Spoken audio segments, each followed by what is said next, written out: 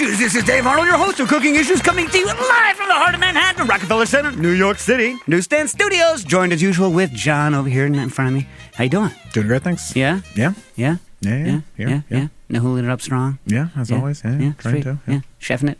Yeah. Doing it, Yeah. grooving, moving. Yeah. Loving busy summer. It's great. Oh, it's a lot of God. fun. Yeah. New York City in the summertime. Oh, my God. Yeah. And we'll talk about it later. Yeah. Got Joe Hazen rocking the panels. How you doing? I'm doing well, man. Yeah. Looking good over here. Yeah, I'm soupy, real soupy today.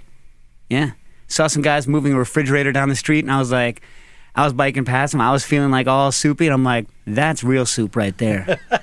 Put that soup in the fridge when you're done. Oh. Nasty. You know how, like, there's these hills in Manhattan, and they're, like, on that big hand truck, and they're wheeling this giant rich person fridge up the street, and it's, like, up a hill, but the sidewalk's all F, so they can't be on the sidewalk, so they're in the street, so there's a truck behind them laying on the horn, and they're just staring at the ground with sweat dripping off their faces. Miserable. Yeah, baby. It's very musical. Yeah, that's why we live here. Yeah. It's for that kind of Love stuff. it. You know, I have to say, nothing's more convenient than New York City. Am I right? Totally. New York City is a great place if you have a lot of money and don't have to do anything. Yeah. Very good way of putting it. Yeah. Very accurate. Yeah. Coming to us from, I believe, Stamford, Connecticut, on the coastline of the Sound, we got Nastasia the Hammer Lopez. How you doing? I'm good. How are you? Doing well.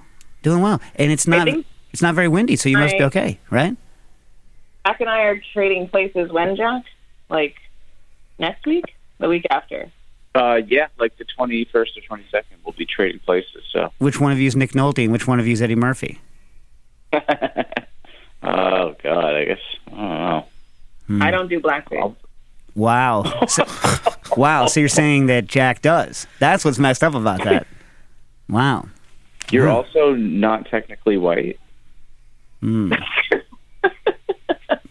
So that makes it fine, is what you're saying. Both of you are saying some really effed up stuff. So I'm just going to leave it at that. And Jackie Molecules, how's Los Angeles doing? It's great. Yeah? It is very good. I very quickly, I'll say I very recently with my girlfriend went to go see our friend Austin Henley at Cato Restaurant. I interviewed him for a story I'm doing on NA drinks, and went and had the tasting menu at Cato with his NA pairing, which was really, really, really good. He's doing some super interesting things there. Now, I know we discussed with him on the show. I think on the show we discussed with Austin. Wasn't he on the show? Didn't we discuss with him? Maybe, Yeah. And, recently. Yeah. And I asked him why it was called Cato. Why is it called Cato again? Oh, I couldn't tell you that. But it's not named after the racist character from the Pink Panther series. And No. as a follow-up, has Peter Sellers ever been in a movie that wasn't, like, completely crazy racist? I mean, was being there, wasn't? I'm sure it was. I'm sure if we went and we rewatched it, there'd be some crazy Wow. racism in it. I'm pretty sure. Well, Yeah. it was the 70s. I also can't remember Strangelove, whether there was anything, like, out of the ordinary in Strangelove. Anyway, and in the upper left, Quinn, how you doing? Hey, I'm good. All right, so since we've last been all together, it's been Canada Day. Which when's Canada Day, Quinn? That's July 1st. They're like, when can we put a day that's like a little bit before the American one, just a little bit, but kind of on the same day? Is that what happened? Is that how Canada Day started? I mean, I think it was like when we asked nicely, like, hey, Britain, can we just, like, be regular? And they're like, sure. They're like, yeah, that's fine. Yeah. They're like, please. All right. Yeah. And you arranged it so it would be like 3 days before our thing, so you could be like, well, our crap comes first. I guess. And do you have fireworks on Canada Day? Yeah, usually. I don't think there were many this year because of wildfires. I At least swear. not in my area. But they have wildfires over on your side too. Is all of Canada on fire right now? I think less so than a few weeks ago. Yeah. But yeah. Yeah, the smoke made it all the way over to Europe. I swear, I just flew back from Copenhagen like 2 days ago. I flew back on Sunday. More on that in a minute. But I could swear I saw like a tinge in the sky when I was flying from your fire still. Yeah. Well, you gotta love a worldwide climate catastrophe. All right. So now is the time, since it is a No Tangent Tuesday, when we discuss anything that's happened over the past week or so that was interesting from a food perspective. Anything? What do you guys got? Nothing? Man, nothing. Yeah. Well, Wow. I had the NA drinks at Cato. All right. And one thing that Austin was doing that was super, super interesting was steeping NA wine in kombu to add body to it. How was it? And it was really good. It was. I don't generally like NA drinks. I think they usually just taste like juice or kombucha. But he's doing some really interesting things. Can I ask you shout out the bartender? Can I ask you a separate question? Yeah. Do you like kombucha? Yeah, I do. But if I'm having a pairing with a meal, I'm not craving kombucha. Yeah. I generally, and I think it's because of my, honestly, it's because of my age. But in general, I like vinegary things on their own. But with food, I generally don't want like a vinegary beverage, and most kombucha shade like pretty hard on the acidic side. And I just don't necessarily want that with my food very much. Exactly. What if you make? That's how I feel.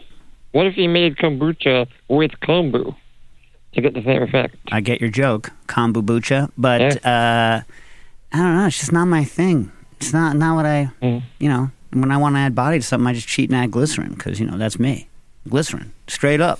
You know what I mean? Straight up. The thing is, you'd have to choose a very, how some wines have like a seaweed hit to them, right? So you could choose a wine like that to hit up, but most of the time, I don't necessarily want a big old seaweed kelpie hit on mine. You didn't really taste that though. Weirdly, it didn't. The flavor didn't come through as much as sort of just like the body, if that makes sense. You ever walk down the beach, Jack, and just pick up a piece of kelp and go,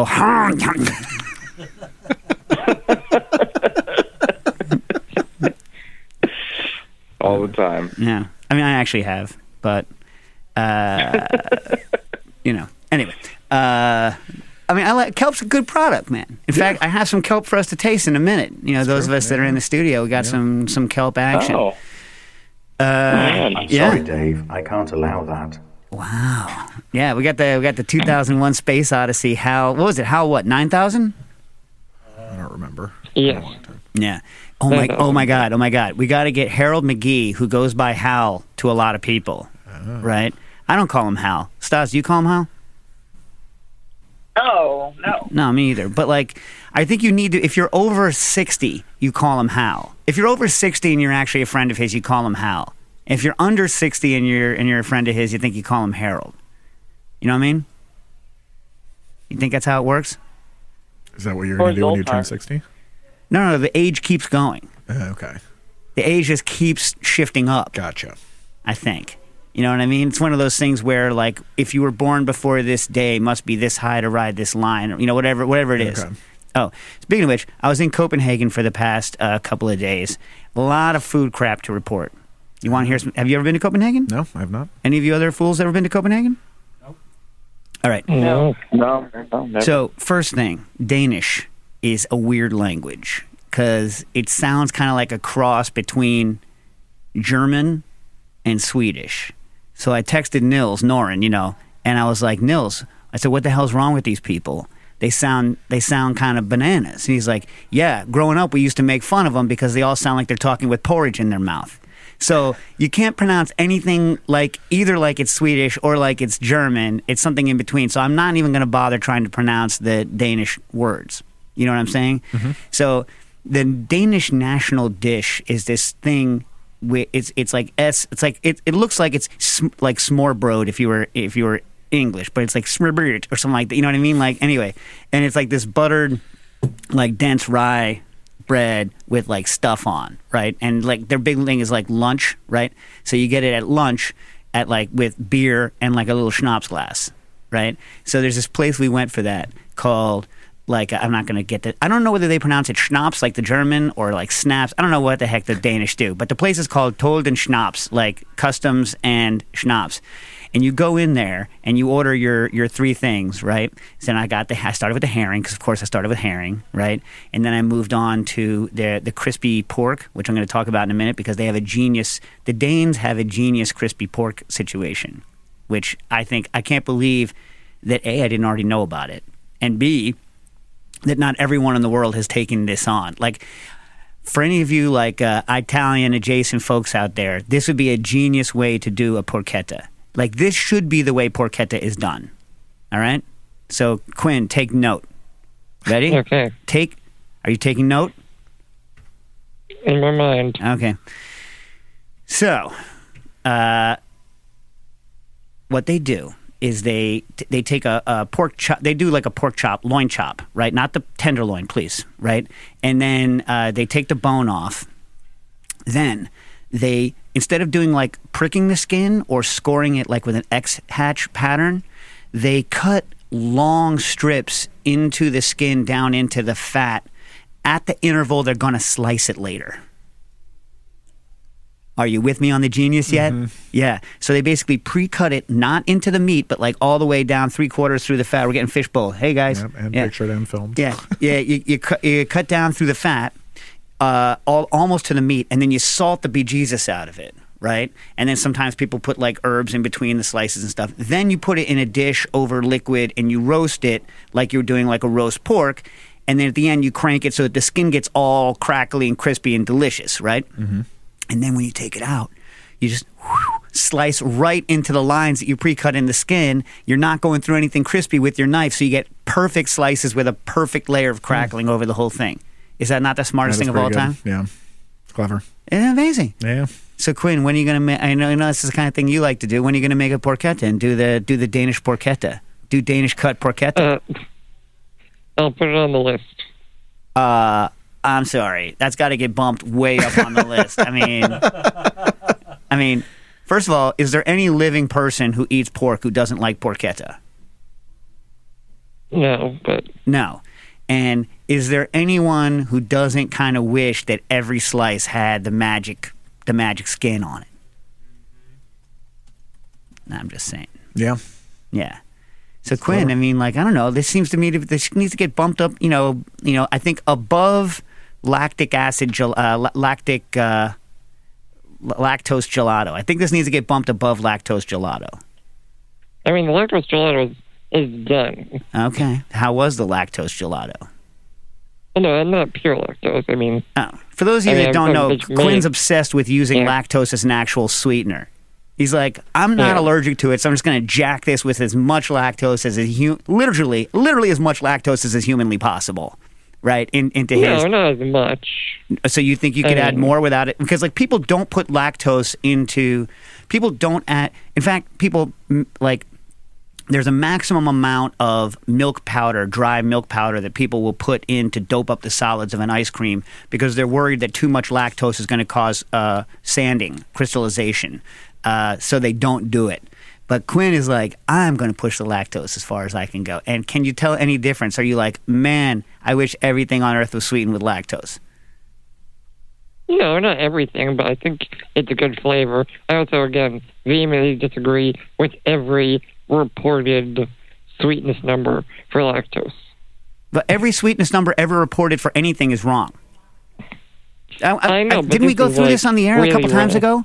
I know, but like every single thing is wrong. Like they're all wrong. Unless somebody said, we did a test of all of the sweeteners at the concentrations of interest in the vehicle of interest at the temperature of interest. That's the only time it makes sense.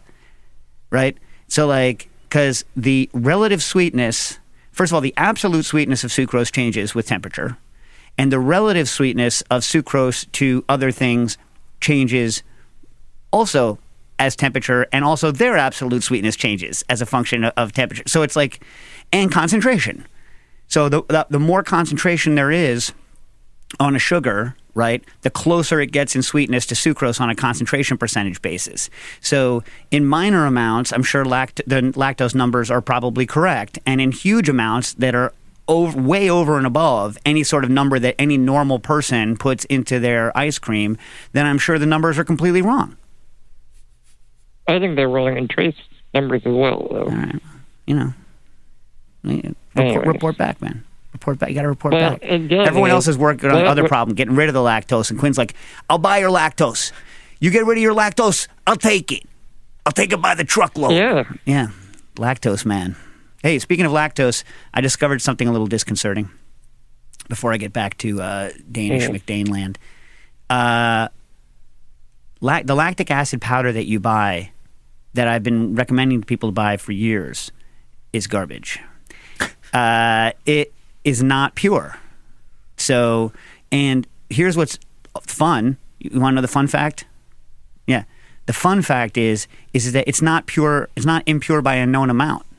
So like the lactic acid powder that Modernist Pantry sells, I think is a higher purity than the one that you get at Kalustyan's. The one at Kalustyan's, because I was doing acid percentage tests, like, I was making like little like water, sugar, acid mixes for DAX to test out, and I couldn't get any reasonable lactic acid percentage to be equi sour, right, to tartaric, malic, citric on their own, right? And I was like, what the heck's going on? And then it struck me. Lactic acid is not going to form crystals, right? But whenever you make champagne acid, which is a mixture of tartaric acid and lactic acid, it always forms crystals in the acid in the fridge over time and causes problems when you're carbonating, right? And what happens is they jack it with calcium lactate, and they don't tell you how much.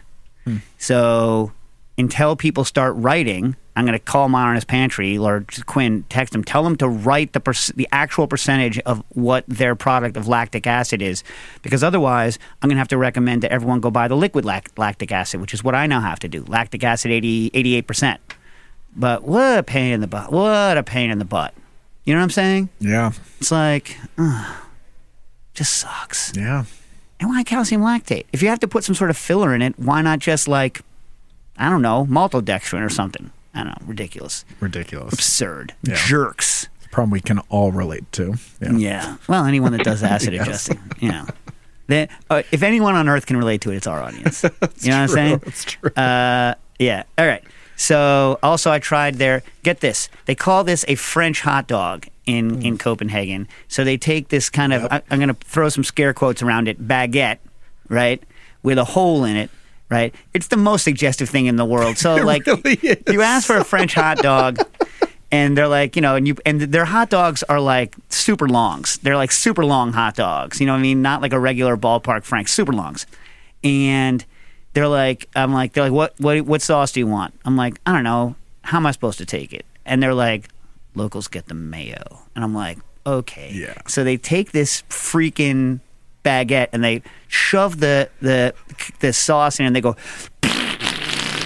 and then they take the hot dog and they go sploosh right into it, and the mayonnaise, until the mayonnaise comes out of the freaking hole next to the hot dog. And I'm like, really?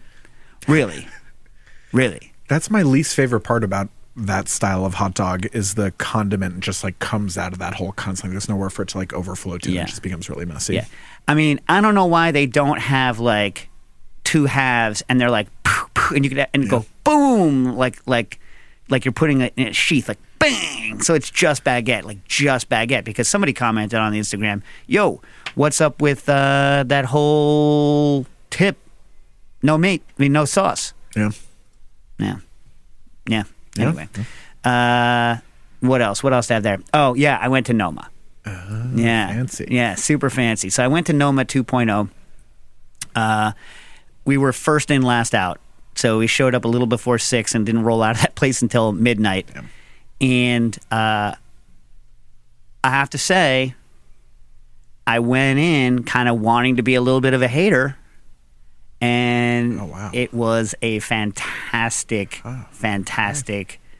crazy, fantastic meal. It was nuts. That was going to be my off-air question for you. Was what's your thought? But it sounds like it was very, very good. Yeah. Well, so here's the thing. Now, Jen took pictures of every course. I didn't because I'm not pulling my camera out at a restaurant, right? But she took pictures of every course. Is it okay for me to post a picture of all the courses, you think? Of course. Yeah? Yeah, why not? I don't know. So maybe I'll do that. I'll post a picture of all the courses. But, I mean, I've been to plenty of tasting menus in my life, and I've been to plenty of, like, kind of over-the-top places, but I haven't been to one of the places where the staff to guest ratio is basically 1-to-1. Oh, wow. Yeah. They have, like, 80-something people that work there, you know, and they do 80 covers. Or 80-something covers. Yeah. So when you go there, it's the very edge, like it's like on the water, kind of with like a big garden thing in Copenhagen, northern part of Copenhagen, and you come into a greenhouse and you sit, and they give you a pear apple quince cider to sit, and you're sitting in the greenhouse while you get ready. When you go to the bathroom, a person takes, because I've been walking around all day, like I've been walking all day, so I'm gross as hell. I'm like, I want to go freshen up. So I go to the bathroom, and the person who takes me to the bathroom is waiting for me when I leave. And I was like, oh, Jesus. Oh, my God. So, like certain, like, of this high-level service stuff kind of gets to me, you know what I mean? Yeah. And then when they took us into the dining room, the entire, and of course it's all beautiful because this was built for Noma, Noma 2.0. When you go in, and of course the kitchen's crazy, beautiful. Although I heard that the hoods don't work as well as they want. So they do frying in a different room because the hoods are non-visually invasive, so they're up on the ceiling. Okay. And the extraction, they don't like the extraction enough to do... frying in there. Yeah. So you go in, and then the entire staff is lined up when you go in, welcoming you. And again, I'm like, oh my God! You know what I mean? Yeah. But when you sit, man, and like we did the wine pairing, and of course they just have crazy banana stuff. Like, to give you some ideas, like they pick all these beach roses, and then they put like a gelée into the beach rose that has raspberry that they get there. The actual combination, and they remove all of the thorns and everything in it, so that you just pick up the rose and eat the whole thing. Like with the leaves, you grab it like it's a strawberry, and you eat it. But it's not like a rose from the supermarket. It's like if you ever picked up a beach rose, it'll like rip your fingers apart because of all the thorns. So they strip it all off. Kind of tasted like Ispahan, actually. You know that flavor, Pierre Hermé is like Ispahan, which is lychee, raspberry, and rose. Okay. It's like one of his famous flavors. It's delicious, frankly, Ispahan. Yeah. So I was like super psyched. Stuff like that. They cooked a pine cone for like 8 billion years until you could eat the pine cone. You know what I mean? Yeah. And they served that on the end of like perfect like trefoil like pine like thing. They had a lot of pine actually. They did an early pine needle butter to like and they did locally grown bamboo, which is real thin, that they shaved off to make look like asparagus, but they put the outside of the bamboo as a handle, and you dip it into this like spring pine needle butter. I was like, this is real good. It's real good. It's real good. You know what I mean? Like when they did a course which was earmuff stars, but they like pickled ramp leaves, which they've been doing for years. But on the inside, they had some barley miso that they had made with barley, and they bring out the big, koji rather, not miso. They bring out the big like barley koji mat that looks like a quilt, and they have it in front of you while you're eating, and and the thing that they skewer the pine cone on, they shave off the bark on the one section, so it's like a perfect toothpick, and then they angle the end perfectly so that it's like there's no friction or anything. Everything is all perfect. His little flour soup. We had his flour soup. We had his meringue basket. All the stuff. And Kevin, who is the kind of new Ariel. I think he has the same position that Ariel and Zilber had. Okay. With the fermentation lab, gave us a full tour afterwards. Oh my God, that's probably really cool. Yeah. Oh yeah. You know what? I was like I said, I went in and wanted to be like, how good could it be? And I was like, no, it's really, really, really good.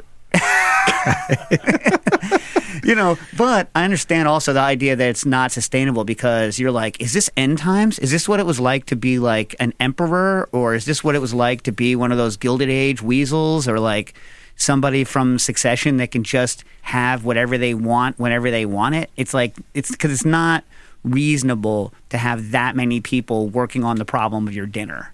You know what I mean? Yeah. I mean, in life, I mean, I was super happy to be there. Yeah. Yeah, I was blessed to be there. But it was like, anyway. So I brought some of their Noma Project stuff to, Exciting. yeah. Let's do it. Let's taste it up. All right. So this is their, and I brought stuff I have copies of, so you can take these with you to the restaurant, nice. John. Thank you. So this is a Dashi RDX, and so this is a mixture of what is it? It's kombu. Tell your boy Austin, our boy Austin. Kombu dashi, katsuobushi, sake, and like their mushroom garum that is then kind of reduced out. And I'm also just tasting it for the first time. So, Joe, you want a little taste of this here? Sure. Yeah. I don't know how much you want. We got more if you need. But I think they're starting to sell this. I think this is the kind of stuff they're going to be working on when they shut down the restaurant proper. Yeah. So you guys taste first. Tell me what you think.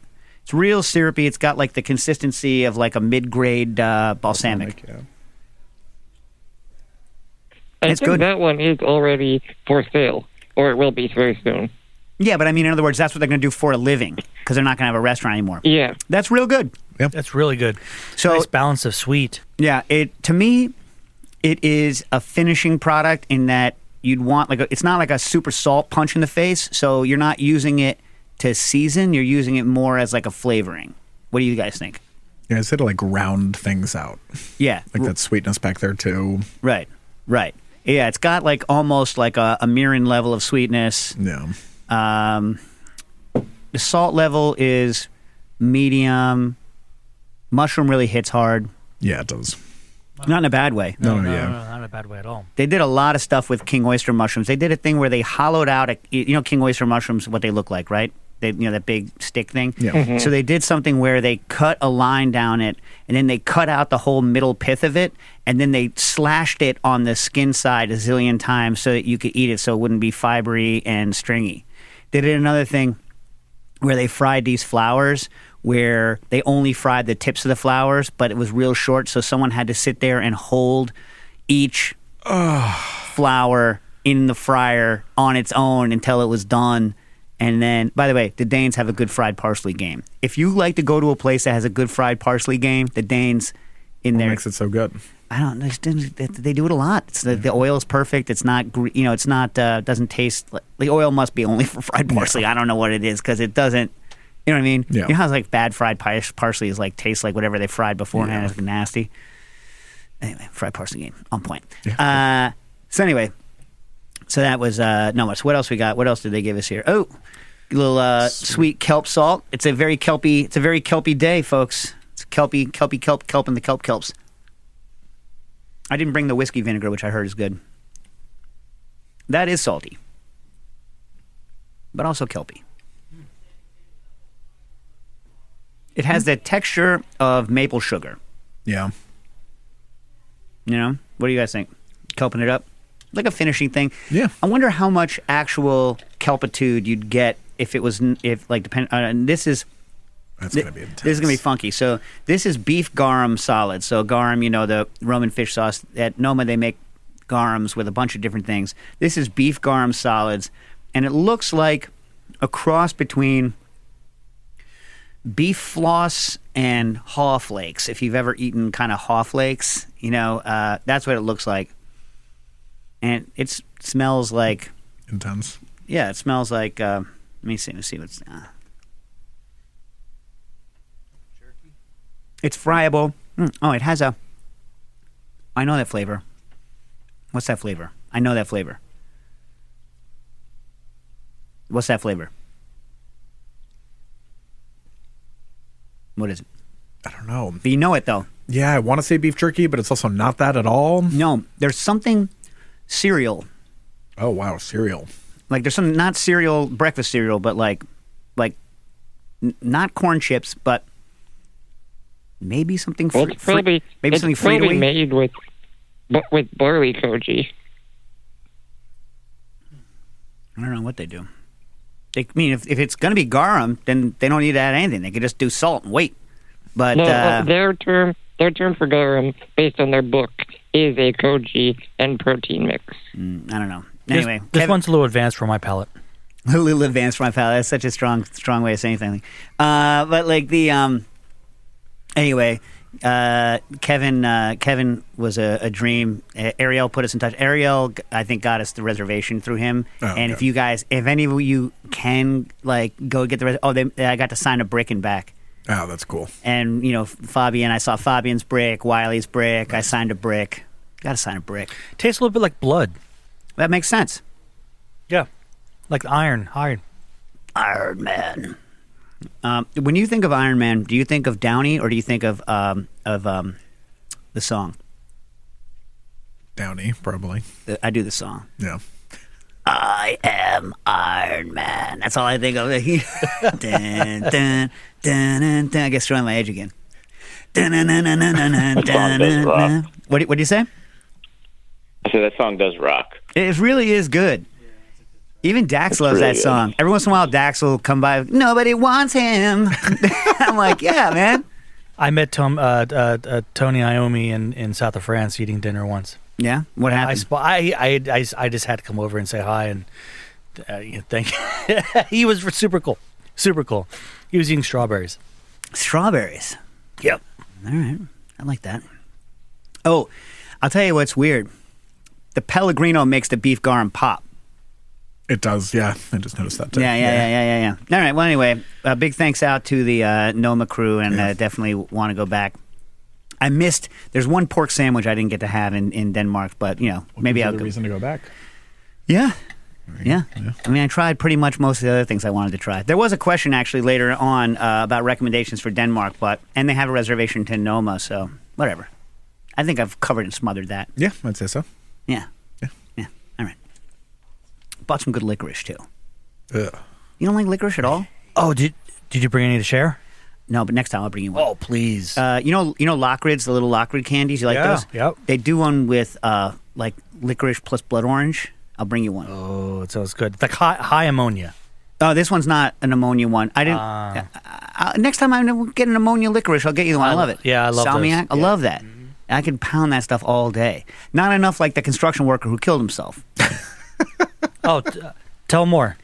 A guy used to eat like 3 boxes of red licorice. Wiley got mad. He's like, "Why do they call it red licorice, not licorice?" I'm like, "Wiley, you gotta not worry about these things." But like, he's like, he was like, "I'm gonna switch from red to black licorice." I guess he thought it was more healthy, which I guess it would be if you ate a reasonable quantity. But he would eat like 3 or 4 boxes a day.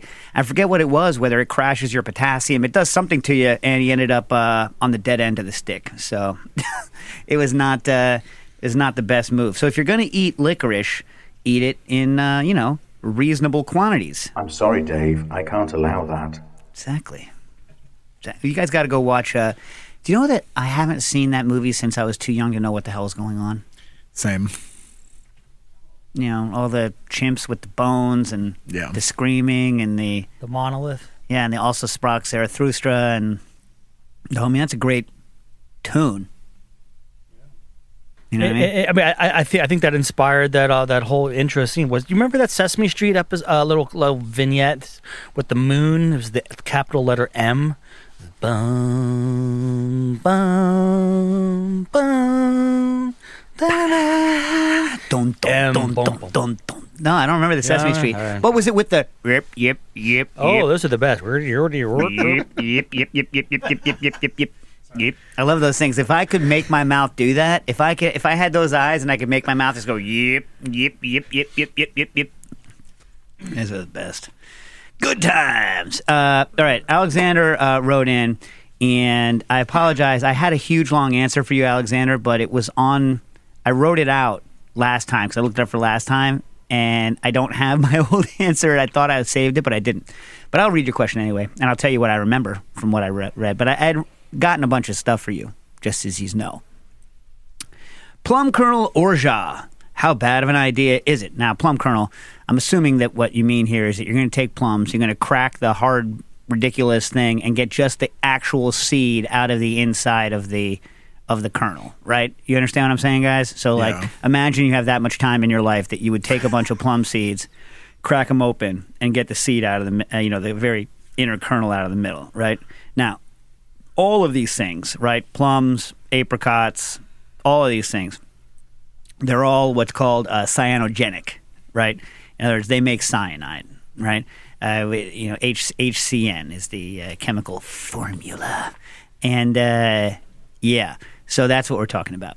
How bad an idea is it? I am aware of the high amygdalin content and the risks associated with this. So I am, of course, not talking about just making one from raw kernels, but rather how to reduce them and do this safely. Yes, I could just use almonds or an extract to achieve approximately the same flavor, but they don't grow here, so that kind of loses the point.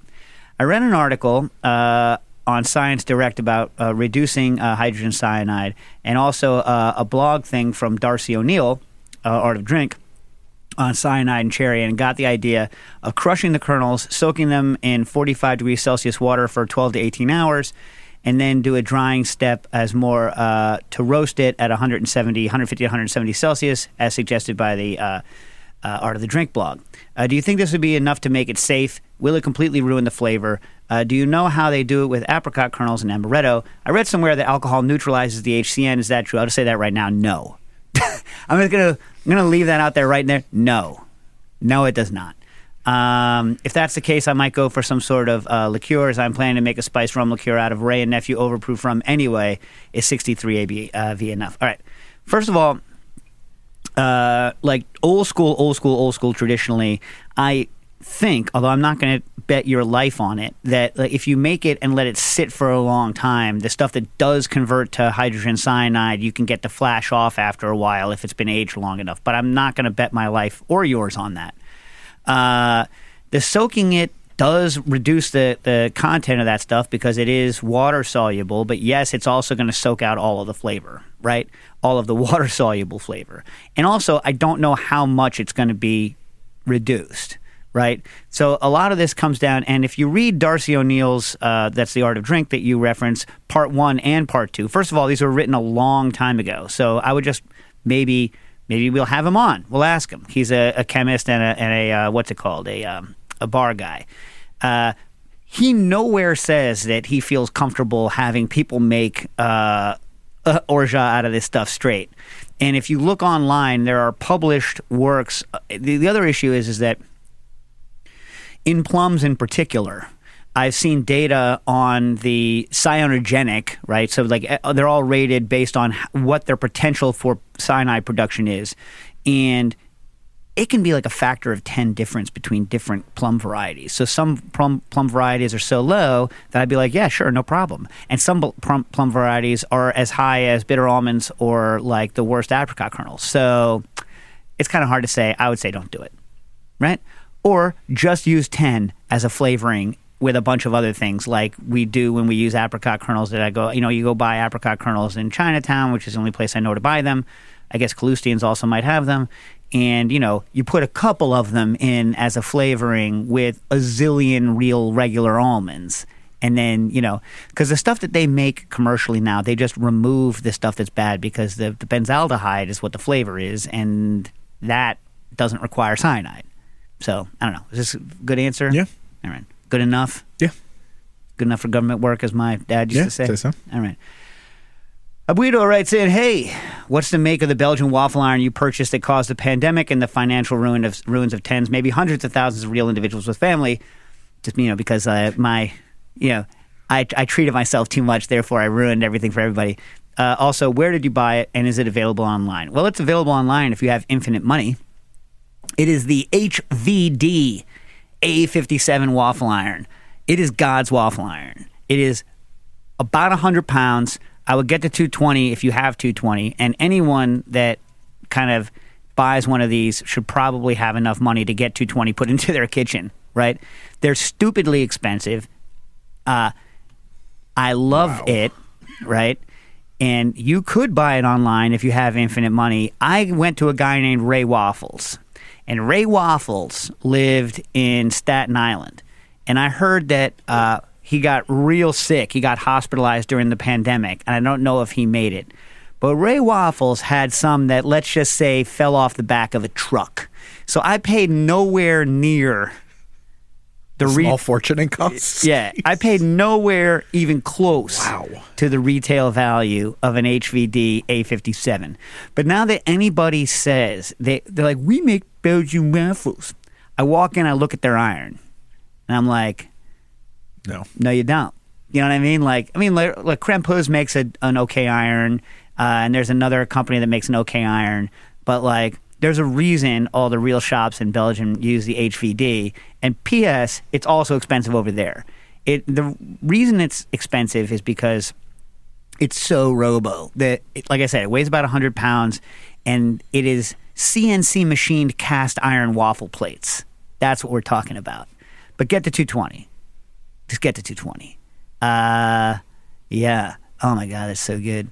The problem is now, like, I was thinking of writing a recipe for waffles, and I don't know how to make a waffle iron. Let me put it to you this way: it can make a whole like waffle the size of your head in 2 minutes flat, crispy, like 2 minutes flat. I was at this place in Denmark, and they had a quote unquote waffle iron, Mr. Waffle, that makes these little weird like little wafflettes, and it's like stuff in a squeezy, and you do it yourself at like hotels. Now it's better than an American hotel do it yourself waffle, right? Mm-hmm. 3 minutes. Who takes 3 minutes to cook a waffle? Unacceptable. Unacceptable. Yeah. It means they don't have enough juice. No. You know, and it was not a weenie waffle iron, the one at the Danish hotel. Anyway, Danish hotel had a weird cheese cutter. Get this, you know, Girol, like for like tête de moine. Yeah. You know, makes those tête de moine flowers. Yeah. They're delicious. P.S. Very good. Yeah. Yeah. And you know, wire cutters. Yeah. Right. So I guess they had this like Danish block cheese, which is like whatever the Danish equivalent of like, you know, block cheese. Yeah. I don't know. And it was a cross between a wire cutter and a Girol, where you just put two blocks standing up, two square blocks standing up. You with me? Like Twin Towers standing up, right? And then instead of a Girol with a knife, it's a wire that's stretched, and you just you turn the wire, and the wire's on a screw, so it advances exactly one slice per revolution, and so you make two slices per revolution. But where they didn't get it right is that the wire has zero resistance when you're not in cheese, and then as soon as you go into the cheese, it gets like a little bit of resistance, and that's right where it also has to ride up on the edge of the thing, so you're putting up some force there, so that's a point to break a wire. But then also, as it buries in the cheese, as it gets to almost 45 degrees through that block of cheese on the wire, you're at your maximum drag of the wire through the cheese. And so it requires a lot more force, and I think people just push it a little too far at that point, and boing! And so, like, at breakfast in the morning, if you got there early, you'd have the little weird cheese slicer, which I used despite the fact that the cheese was just meh. I just wanted to use the weird slicer. But if you got there late in the day, nothing. Anyway, not a good idea. Interesting. Not a good idea. All right. Should I listen? If you really want to see whether Ray Waffles is still alive, send a message to Quinn. I'll have him give you Ray Waffles' telephone number, and you can call him on the DL and see whether Ray Waffles is A, still alive. I don't even know his last name. His last name is Waffles. Mr. Waffles. And then, yeah. and B, you know, it would cost a lot to ship, right? So I knocked it down because I literally crossed the Verrazano Narrows Bridge, went and got it. So I really knocked it down, but that's what I would do. I get the impression that he used to work for one of the companies here that had a bunch of them and maybe doesn't anymore, if you get my drift. Anyway. Saison Slayer, very pedantic, but Dave talking about cavitation got me thinking about other technical terms that are often misused. I've noticed some folks on the internet using emulsified as a synonym for combined and mixed. That does suck. That does suck. Hey, you know what? I haven't tested yet. People say that it's easier to make emulsions in vacuum blenders. I should test that in the vacuum blender. The reason being that like when you're whipping air in, that's another energy interface that you need to create. And if you don't need to create that like highly energetic interface between air and the liquids, then you can use quicker. Right. But I don't know. I don't know if it's true or not. You got to run the test anyway. But that is I'm actually mean emulsion in that case. not a mixture or a combination. Yeah. I've noticed some folks on the internet using emulsified as a synonym for combined, which I don't think is really quite right. Are there any other terms that aren't quite correctly used that come to mind?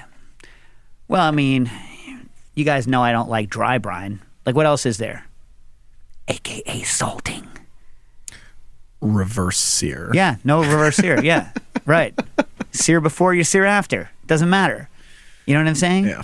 And by the way, that is the way cooking has been done since time immemorial, right? You look at recipes from whenever, and they've always say, turn it up to 400 for the last 15 minutes of cooking. Some people do it at the beginning of the cook. Some people do it after. It's only, first of all, forward, reverse makes whatever, because it's whatever. Before and after, right? So it only makes sense if your only concept of searing is cooking a steak in a restaurant where what you have to do is sear it and then throw it in a finishing oven, because that's your only way of cooking, right? But anyone that's done any sort of sous vide stuff knows you sear it at the end, and that the reverse in that case would be to sear it beforehand. The real correct answer is, of course, sear it both times. You know, having tested hundreds of people on it, it's slightly better to do it both. Slightly, but better. I don't typically do it both anymore because I'm lazy. And the difference is slight. You know what I mean? And what else is misused? What Quinn, I'm sure you get in a hot and lathered about this. I feel like sometimes fermented is misused. To mean what? I don't know, just like sit around. Like if you mix something and like let it mingle. I feel like sometimes it's labeled fermented. Mingle. For some reason, you got that Cranberries song linger in my head. Do you have to let it mingle? Anyway, I've got one for you, Dave. What do you got? Molecular. Oh. Yeah, that sucks. Except for the only correct usage of that is when you're talking about Jackie molecules. That's right. It's the only correct usage. Yeah, I'm going back to Quinn's for a sec. I mean, molecular is no reason to call it. Either it all is or none of it is. And nobody's like, imagine if someone had like a scanning tunneling microscope and they were actually placing individual atoms, or like nano cooking. God help us. You know, God help us. That's the next step up from individually frying flowers. It's nano. One by one, yeah, exactly. Nano positioned. Yeah. I'm thinking about what Quinn said. There is one thing that everyone always calls fermented, but it's not. Black garlic? Black garlic. Yeah, black garlic. That's what it is. That's it. Yeah. That's it. Yeah. That sucks. And by the way, sous vide is another one when they don't mean vacuum. That's irritating.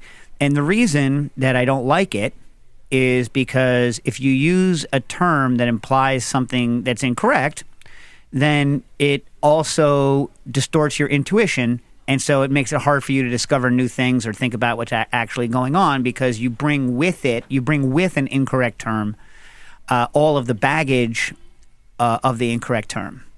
And so it's just a bad idea. Yeah, you know what I mean? Yeah. There are others. What other ones? pH for acidity, in terms of acidity as a flavor, pH as an actual measure of the number of protons, totally different. There's a lot. Yeah. You know what I mean? There's a lot. I can't think of any others right now. Again, I did have a list, and then it was printed on my 2 weeks ago sheet. Kev McHugh, is there any way, or has anyone managed to quantify how much carbon dioxide leaves a drink in the mouth versus in the stomach? I mean, I guess it depends on how much you burp. Am I right? Right? But no, I don't think so. I mean, clearly when you drink as fast as I do, a bunch of it does get down in there. But once you have taken carbon dioxide in, as opposed to nitrogen, which is interesting, the carbon dioxide will go into your bloodstream because you actively transport carbon dioxide and oxygen in and out, right? Not actively, but it happens. Whereas if you burp in nitrogen, so if you consume a lot of nitrogen, then that ends up coming out your butt as toots. So there was a case of a man who had larger than normal volume of flatus, as defined by his doctors. Flatus. And it was determined that it was because he swallowed so much dang air. Anyway. But carbon dioxide doesn't do that. But Kev, why are you interested in this? What is it that you wish to know? What do you think he wishes to know? Why is this a question of import to Kev? Maybe trying to poison someone? I don't know. But, like, you can't poison them with the CO2 and true, bubbles. I guess. You can't put enough... Yeah, I don't know. I don't know. Let us know why you want to know. Maybe we can find some more information for you. JPM, can you show... earmuffs for Stas here. Can you share a bit about the forced carbonation stations from existing conditions? I know it's been talked about on the show, but haven't found any information about what it actually involved. Oh, this was for Garrett, but we did mention this, right, when Garrett was here. Also, Garrett mentions forced carbonations in the bar, but opts for adding soda water. Didn't we talk about this when Garrett was here? I think briefly, but you said to keep it in. I did? For more details. That doesn't sound like me. The way the carbonation system worked at existing conditions was we took a standard cold plate, like you would have, like a beverage cold plate, and instead of running beverage through it, we ran chilled glycol through it. We bought a big polyscience laboratory propylene glycol chiller and ran super cold propylene glycol through the cold plate, and then we had 20 proof. We bought the world's cheapest vodka, Bellows vodka. It was like $15 for a 1.75 liter handle. And we would make a 50-50 mix of Bellows and water and stick it into an ice bath with the cold plate in the bottom of it. And then we would just run an aquarium circulator pump and just always have that circulating. And we would keep it at about -7 Celsius. And then all of the bottles, I built like a rack so that the bottles would just float to the level of the liquid in them. And so you just throw the bottles in, and even if they were empty, they wouldn't flop over because the rack was there. But if they were full, they would sink to their fullness level. And then that's how we would force carbonate and keep everything cold. And at the end of the night, you just cover it up and let them go, and then once a week we would drain the alcohol and put new stuff in because it still got kind of gross. Even though it was, nothing would grow in it because it was 20% alcohol, it was still get gross. Yeah. So we would, pitch it after a while. That good enough answer? Yeah. And then, we used carbonator caps and, those rigs, yeah. Yeah, which, ad infinitum we've discussed. Ian would like to... would like to hear my thoughts on suppression technique as well as freeze switching.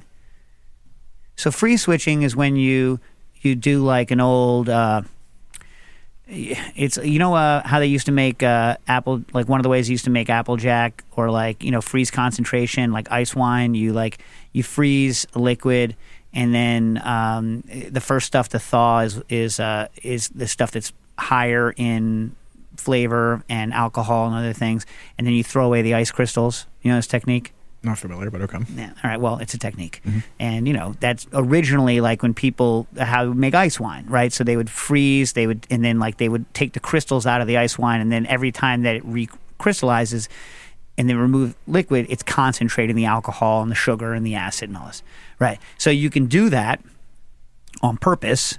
And I used to do it. Used to do it back at the FCI, and as a concentration technique. But now what people are doing is they're doing that and then adding back a different base liquid instead of water.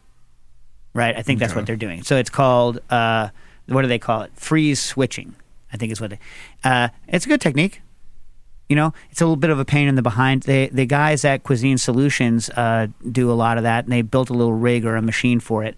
But I don't know what suppression is. Like under pression. Well, why don't you look, Quinn, look that up there. Suppression. What's that?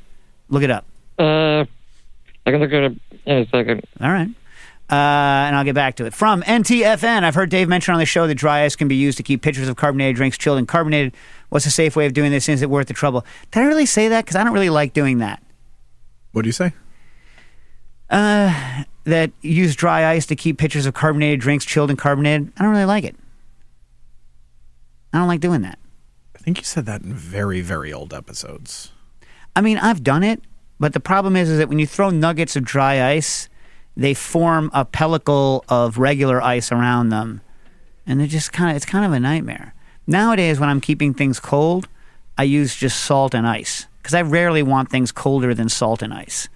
So I'll make my ice slurry that I'm sticking all my stuff into, and then I'll just put salt. You just got to make sure you wipe down the bottles because if you don't wipe down the bottles, you could pour salt in someone's drink, but it ain't gonna kill them.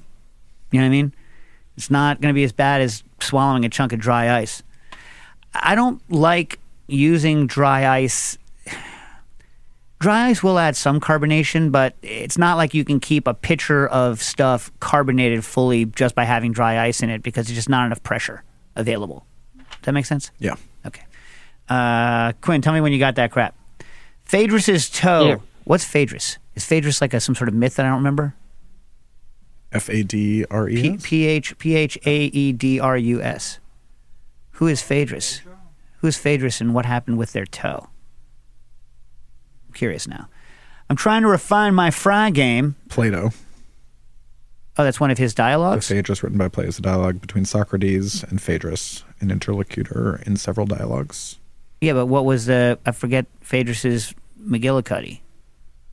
See how bad my Plato is? I just remember in general that I'm interested to hear kind of, I don't know, machine learning in Plato and forms, because there's nothing, who was it? Was it Diogenes who famously hated Plato? I think so, yeah. And, Plato was talking about his forms, Plato's forms, Platonic forms. Mm-hmm. And, a man is a being that walks upright on two legs. And Diogenes was like, what about chicken? And he goes, without feathers. So he just shows up with a live plucked chicken, throws it at him and goes, behold your man, and then walks away. Amazing. That's pretty good. Yeah. I.e. your forms are stupid. Yeah. Anyway, but I'm kind of interested, the whole kind of machine learning versus forms kind of a situation. I haven't read anything good on the internet. The internet hasn't served me up a modern take on Platonic forms and how machine learning kind of theoretically fits into that. Yeah. You know what I mean? Yeah. How it decides whether something's a zebra. Have you heard about this? I forgot the name of it, but there's ways to attack machine learning algorithms so that it still looks like a zebra to us, but the machine thinks it's like a bird. Because the machine's not seeing a zebra, it's just running a bunch of algorithms. So if you know the machine, if you know the learning set that the machine is looking at, you can just look at all the coefficients that it's crunching to figure out whether something is a bird or a zebra, and you can just change pixels that to our eyes still looks like a zebra, but you can make it say bird. Guess that makes sense. Yeah. Logically, yeah. It's weird. But I forget what it's called, that kind of attack on the thing. Anyway, Phaedrus and their toe wants to refine their fry game. I've read the Cooking Issues 2 French Fry Supremacy articles, Chef Steps, Thick Cut French Fries, and Kenji's Thin and Crispy recipe. I wanted to find out if Dave had additional suggestions that he had developed after his 2010 era articles. Oh, so many, dude. So many, man. But we'll have to do a whole French fry thing later. I mean, so many. There's no perfect fry. First thing is, just go to Belgium. If you if you want to spend any length of time, you should go to Belgium and just see what's possible with the setups that are being used in the best fry shops in the world, and then decide where you want to go from there, right? Like, what is important to you in terms of, your workflow? Like, my French fry was built around having to finish in a fryer at a certain temperature in a particular place, a particular thickness, but you don't need to do any of the stuff that I was doing if you do it exactly the way the Belgians do it. So there's no one perfect fry or perfect way to the fry. You need to go to Belgium. Alexi, how does doner kebab vertical spit cooking maintain food safety? Wouldn't a kebab cooked from raw notionally have the middle in the danger zone for a long time to incubate bacteria? This is a good question. I don't know. And get this. In Denmark, I saw someone with a freaking doner, a shawarma thing that was 3.5 feet across. I walked past him and I made the giant bear hug look, and I gave the guy the weird eye, and he just nodded his head. He's like, yeah, big shawarma house. Did you ever figure out what that stuff was, Quinn, before they rip us off the air?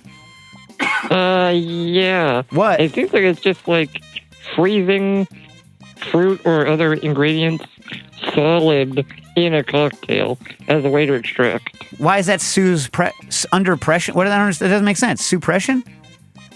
I don't know. I don't understand. Let me know what it is. Maybe I'll look it up. It doesn't make sense. Beef nog. I'll post a video. What? Yeah. I don't have a link in my thing here. Discord. I know. I'll send it to you later. All right. Beef nog is going to Copenhagen in early August. Wants suggestions. It's going to Noma. I believe I gave you your suggestions, Beef nog. And is that a take on Beef Log from Space Ghost the cartoon from Brack? Beef Log. So I knew you're a Beef Log guy and not a Cheese Log guy. But I will say this. When you go to Noma and you're going to be solo and you're going to be at a common table, they have you meet beforehand for a drink, which I thought was nice. Huh. That is nice. Cooking issues.